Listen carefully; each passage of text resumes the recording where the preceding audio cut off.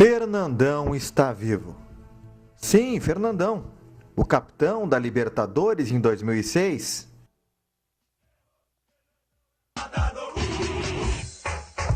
Do Mundial no Japão. FIFA クラブワールドカップ高々と掲げ上げられました。フェルナンドンの手に掲げ上げられた FIFA クラブワールドカップ。O camisa 9 de gols importantes.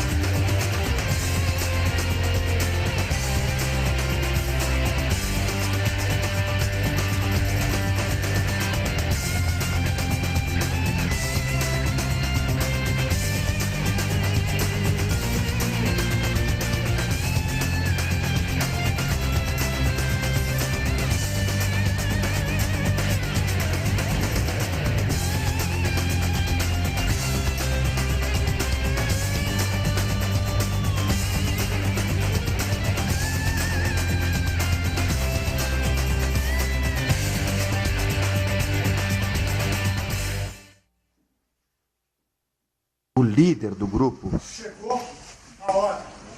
Chegou o tão sonhado momento. Chegou contra uma equipe que não é imbatível. Chegou contra uma equipe que tem defeitos sim, que são seres humanos acima de tudo, pô. E que a gente tem qualidade. A gente chegou aqui, não foi por paraquedas. Ninguém chegou aqui por acaso, pô. Ninguém ganhou no sorteio a classificação para vir jogar essa final. Ganhou com muita luta, com muita determinação, com muita vontade, com muita doação dentro de campo, um quando olhava pro olho do outro lá dentro, pô. E, pô, lembrar o que o Edinho acabou de falar aqui, ó. Lá dentro, dá o máximo. O máximo. Só que aí a gente vai ver que na hora que a gente tá chegando no máximo, ainda a gente pode dar mais um pouquinho, pô. Então vamos lá e vamos fazer isso, pô.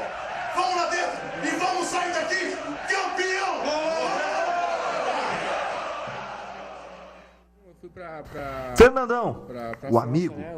Os empresários que me levaram pra França e me levou pra lá, só que eu chegando lá foi tudo ilusão, né, cara? Eles chegaram, me largaram lá e falaram, Edinho, se vira aí, ó. Fica numa casa apertadinha aí, não tem comida, não tem nada, se vira e tal. Eu ia pro Carrefour, né? Pegar umas frutas, comer, passei a maior dificuldade no mundo. E nisso o Fernandão tava recém chegando no Marseille, né? Aí eu fiquei olhando na televisão, vi o Fernandão no Marseille, peguei um trem, aí um amigo meu. E fomos, acho que 6 horas, 5 horas de trem. Aí conseguimos chegar lá e fui falar com o Fernandão, né? Ele tava passando a maior dificuldade do mundo. E foi bem no dia do ataque das Torres Gêmeas lá dos Estados Unidos, 11 de setembro, né? E o Fernandão nunca tinha me visto na vida, né, cara? Me tratou super bem. Não, espere rapidinho, quando acabar o treino, você vai no hotel comigo e tal. Aí acabou o treino, ele me pegou, fomos no hotel, ficamos conversando com ele lá. Aí ele conseguiu pra mim um treino, pra me treinar, fazer um teste na Córcega, numa ilha fantástica que tem. E com o melhor hotel, tudo pago, me deixou dinheiro. Então foi um cara assim pra mim que me ajudou um monte lá. Sem me conhecer. Aí em 2004 ele chega aqui no clube, no Internacional, né? Eu já estava aqui, então foi uma coisa fantástica, assim, né, cara, que aconteceu. Hoje o Fernandão, pra mim, eu tenho ele como se fosse um mito, assim, né? Um cara que eu respeito demais por tudo que ele fez, né? Por mim e que ele tá fazendo por mim até hoje. Acho que a minha vida toda, minha infância... O torcedor do Goiás e apaixonado pelo Inter. Uma paixão enlouquecida pelo Goiás. Eu não era aquele torcedor do Goiás que torcia para uma outra equipe de São Paulo, do Rio de Janeiro. Eu torcia muito para o Goiás. Mas eu sempre respeitei as equipes que eu joguei, que foram poucas. Na França 2 e agora a minha segunda equipe aqui no Brasil. Só que, pelos acontecimentos, às vezes você chega numa equipe e não consegue se identificar. Você joga 6 meses e tem que ir embora, porque não dá liga. Agora, no meu primeiro jogo, eu marco o gol, que é o 10º gol dos Grenais. Eu consigo fazer praticamente 2 anos de boas atuações, sendo regular. Consigo um título da Libertadores da maneira que eu consegui. Poxa, eu hoje sou um apaixonado pelo Inter. Eu sou um apaixonado, um respeito enorme pela camisa que eu visto, porque eu senti o sofrimento do torcedor para tentar conquistar um título importante. E no momento que você está ali, que você participa e você conquista esse título, é lógico que tem um respeito, tem um carinho enorme pelo Goiás, mas hoje eu sou um apaixonado pelo uma melancia gaúcha. Um líder, um capitão, um colorado que chora.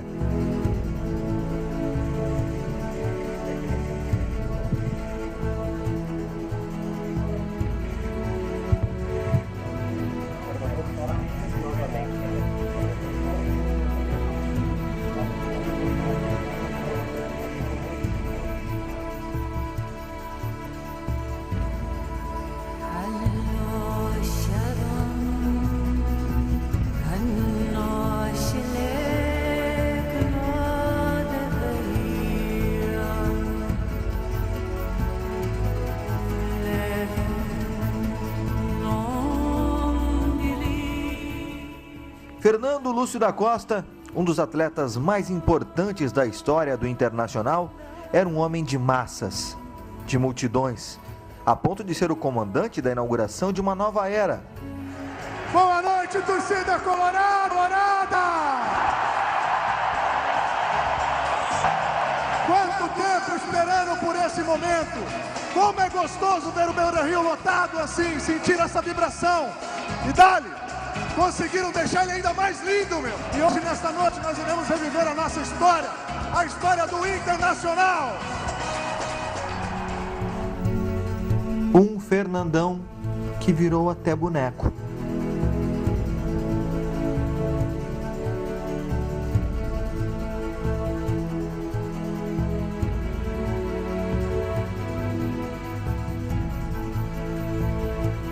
Fernandão está vivo, eternizado. O homem que uniu todas as torcidas.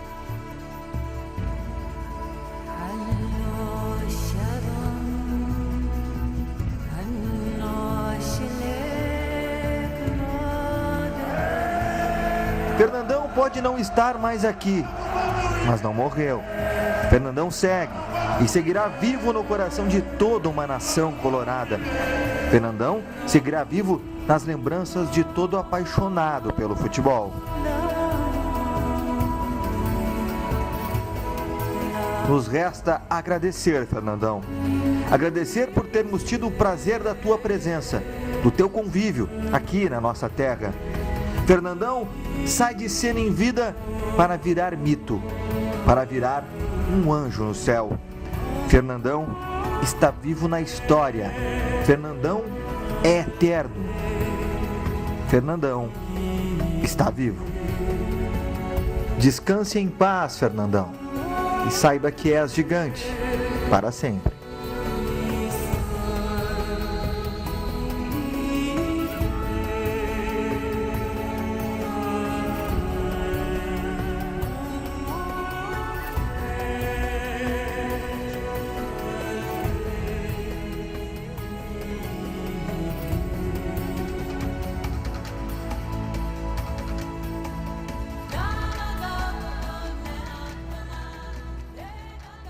Em primeiro lugar, o Brasil, que passou a manhã toda produzindo esse material, um farto material, o mais extenso apresentado em homenagem ao Fernandão, porque muito se viu de imagens dele, de discursos dele, de realizações dele, mas dos gols, impressionante como ele fazia gols diferentes, um gol diferente do outro. Impressionante a sequência de gols do Fernandão, gols importantes na história do Internacional. Mas, acima de tudo, o legado que fica é da passagem de um grande cidadão. Logo depois que o Fernandão chegou aqui, eu cunhei uma frase: este cara é o divisor de águas do Internacional. Começou a fazer gols, e iluminado, já chegou fazendo um gol atrás do outro e um gol em Grenal.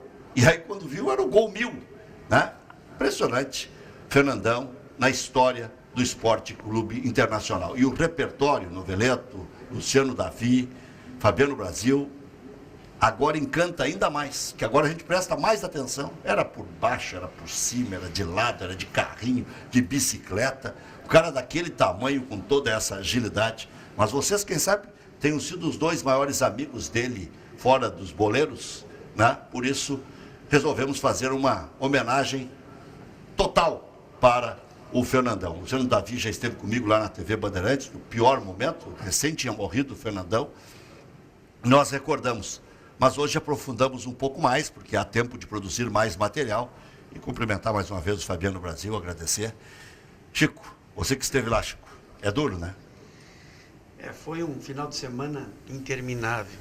Quer dizer, naquelas 72 horas até eu saber do acontecido, sábado de manhã por volta das 5 horas, até ontem à noite, quando eu cheguei em casa, as 72 se transformaram em, no mínimo, uns 12 dias.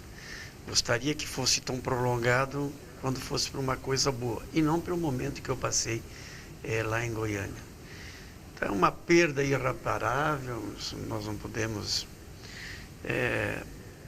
Hoje de meio-dia, uma colega tua me levou para fazer um ao vivo lá do Beira Rio. Aline Schneider. Aline Schneider. E voltou aquele filme na cabeça, porque eu passei que os piores momentos eu já tinha passado, pensei, né?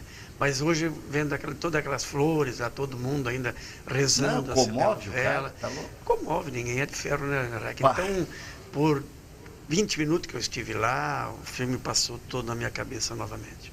Luciano, Fernandão, você bancou, né? E bancou até o fim, né? Porque a pressão era muito forte, sobre os dois, inclusive, né? Um ajudava a carregar o outro. Eu imagino que vocês não passaram lá dentro do Internacional, que, como o Grêmio também, né? Quando dá tudo certo, é tudo flores. Quando dá tudo errado, para dar uma mão pro cara, como dizem, é muito difícil, né? Parabéns obrigado pelo convite, parabéns pela produção aí da entrada do programa, mais do que merecido. Antes de mais nada, independente do momento que nós passamos no futebol, Rec,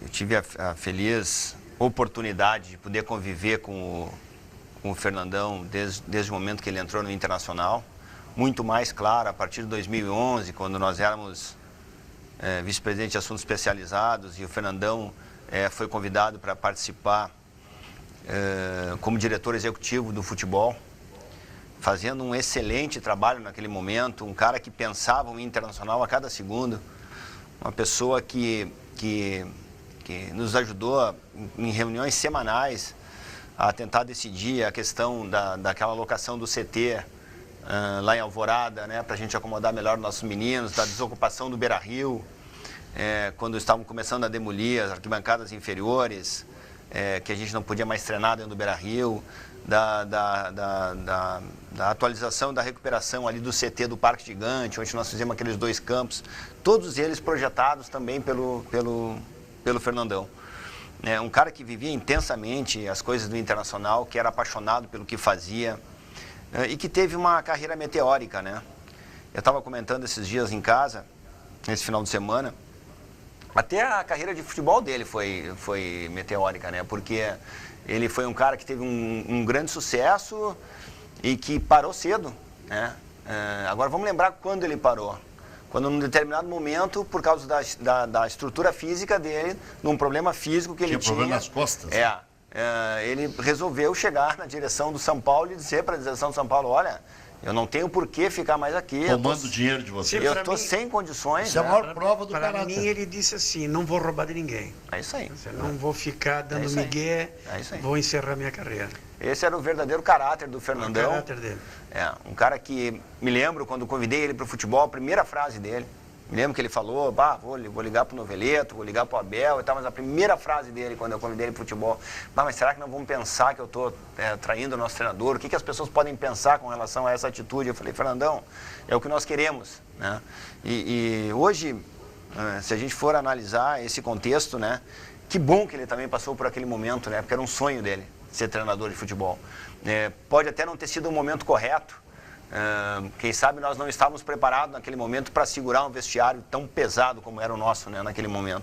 Mas foi para mim um motivo de muito orgulho ter trabalhado com ele. E uma dúvida que ficou na época, que muitos comentaram que ele havia puxado o tapete do treinador anterior. Sobre hipótese alguma. Negativo, está aqui o cara que sobre pressionou ele e o Luigi. Isso mesmo. O Haroldinho entrevistou o Dorival ontem na Bandeirantes. E o Dorival foi às lágrimas e disse, olha, foi um grande cara, conduziu bem o processo. Que bom que surgiu esse assunto para ficar mais esclarecido. Esse aqui e o Luiz pressionaram, meio que botaram de goela abaixo. Ele perguntou 2 pessoas. Pro nosso preparador físico, que era muito amigo dele também, o Hélio Carraveta. O Carraveta. Que disse não pega, entendeu? E o segundo, ele se aconselhou comigo. Eu disse, olha, Fernando, se vão te dar o respaldo, se te convidaram para, se intimaram para tu ser o treinador, e é o que ele queria, eu acho que tu tem que pegar. Porque às vezes o cavalo não passa 2 vezes. Então eu também tenho uma culpa. Porque tu sabias, ele se aconselhar. Tu sabias da competência dele, né? Porque era um período que nem Jesus Cristo ia estar bem no Internacional. Com aquele rolo de estádio, de lona preta, arquibancada, queimaram uns quantos ídolos. Falcão, Fernandão, Kramer... Dunga. Eu até não considero... Dunga. Se bota Jesus Cristo, não ia dar certo. Mas eu não considero queimar, sabe por quê? Tanto é que... Mas... queimar na função de treinador. Mas eu levo isso para o outro lado. Só o Clube do Coração é que dá esse tipo de chance. Já chega no principal, já chega numa competição como Libertadores. Tu imagina um Forlan, acostumado nos melhores estádios do mundo. Aí ele tem que ir a Caxias, com chuva, com neblina, jogar em Novo Hamburgo, com arquibancada de madeira pré-moldada. Sabe, desmotiva. Entendeu? Então, os jogadores iam se arrastando, não é que eles queriam, mas é psicologicamente, quando você está num grande estádio, entendeu? Lotado, ia jogar em Novo Hamburgo com 3 mil igual pessoas. artista sem público. Exatamente, um artista sem público não vai. E o Fernandão... Desempenha mal, né? E o Fernandão, quando houve aquele fato da entrevista dele, falando sobre a zona de conforto, na realidade ali, ele expôs uma coisa com o coração, né? Ele estava mostrando naquele momento o verdadeiro coloradismo dele. Ele já tinha me pedido para sair 2 vezes. Naquela derrota contra o Atlético Goianiense lá, 3-1 de virada. E mais no final do ano ali, que ele falou assim, olha, não estou conseguindo segurar esse grupo e tal, a minha pretensão realmente é não ficar mais. Mas ele demonstrou naquele momento, mesmo publicizando uma situação que era de dentro do vestiário, o coloradismo dele, sabe? Eu, na época, não critiquei, tive uma conversa particular com ele sobre isso, o próprio Giovanni também, mas não critiquei porque era a vontade dele. Muitos nos criticaram nesse sentido, porque não chamaram atenção, porque ele fez o que ele sentiu vontade de fazer, né? Por tudo que ele representou no Internacional, por tudo que ele sentia, infelizmente... Ele estava com vergonha. Pô, para um pouquinho, tem que ralar, vamos ralar. Eu não achei nada de anormal aquela Também frase dele. Estão numa zona de conforto, nós temos que se doar mais por esse clube, temos que botar a bunda no chão, arrastar, como se diz na gíria do futebol. Nós fomos perguntando, ele foi falando com naturalidade até, tá? Só que falando que o jogador mais credenciado não aceita, né? Os jovens aceitam. E eu sempre fiz justiça, mesmo que tenha tido um que outro problema com o Fernandão, mas eu sempre fiz justiça. Logo que ele chegou, eu fiz essa frase, esse aí é o divisor de águas, esse aí que vai dar cara para o clube. E depois que ele saiu, o Luciano é testemunha disso, eu fui um dos poucos que reconheci a quantidade de jovens que vocês corajosamente afirmaram. Moledo, Juan, Fred, Mike, Jackson. Fredinho, Já citei, mas dá para citar 7 outros jogadores jovens. Otavinho. Lucas Lima. Porque, como a observação era só em cima do resultado, né? E aí nós que é uma trabalhando... barbada da pau, é uma barbada. E aí nós trabalhávamos em cima de um projeto. Quando o Fernandão que subiu para treinador, foi convidado para ser treinador, o nosso projeto era de montar uma comissão multidisciplinar, toda ela das categorias de base. O Fernandão convidou um amigo dele para vir trabalhar com ele, que era o auxiliar técnico dele. Todas as outras pessoas que estavam dentro, pessoas que estavam dentro do contexto do nosso vestiário eram pessoas oriundas das categorias de base. Eu achei que ele ia colocar o Klemer e cheguei a anunciar. Que ele se arrependeu de não ter levado o Klemer, o nosso goleiro. Essa ele errou e confessou para mim e para ele. E eu tinha pedido para ele, cara, fica com alguém da casa, tu vai precisar de alguém conhecido da casa. Ou o Osmar Loss ou o Klemer. Eu tinha comentado isso. Mas aí eu acho que eu acabei derrubando o Klemer antes dele assumir. Eu coloquei o Klemer no ar como auxiliar técnico e ele disse, eu quero ver eles ralando, se esfregando. Quer dizer, o Klemer deu o discurso que o Fernandão deu antes. Chega desses caras que não se entregam. Para mim ele se abriu, que ele se equivocou-se em trazer o preparador físico, o auxiliar técnico, aquele lá da Arábia, um carioca. Diga, Brasil. Não, em primeiro lugar, feliz que vocês gostaram da homenagem. Foi difícil de fazer.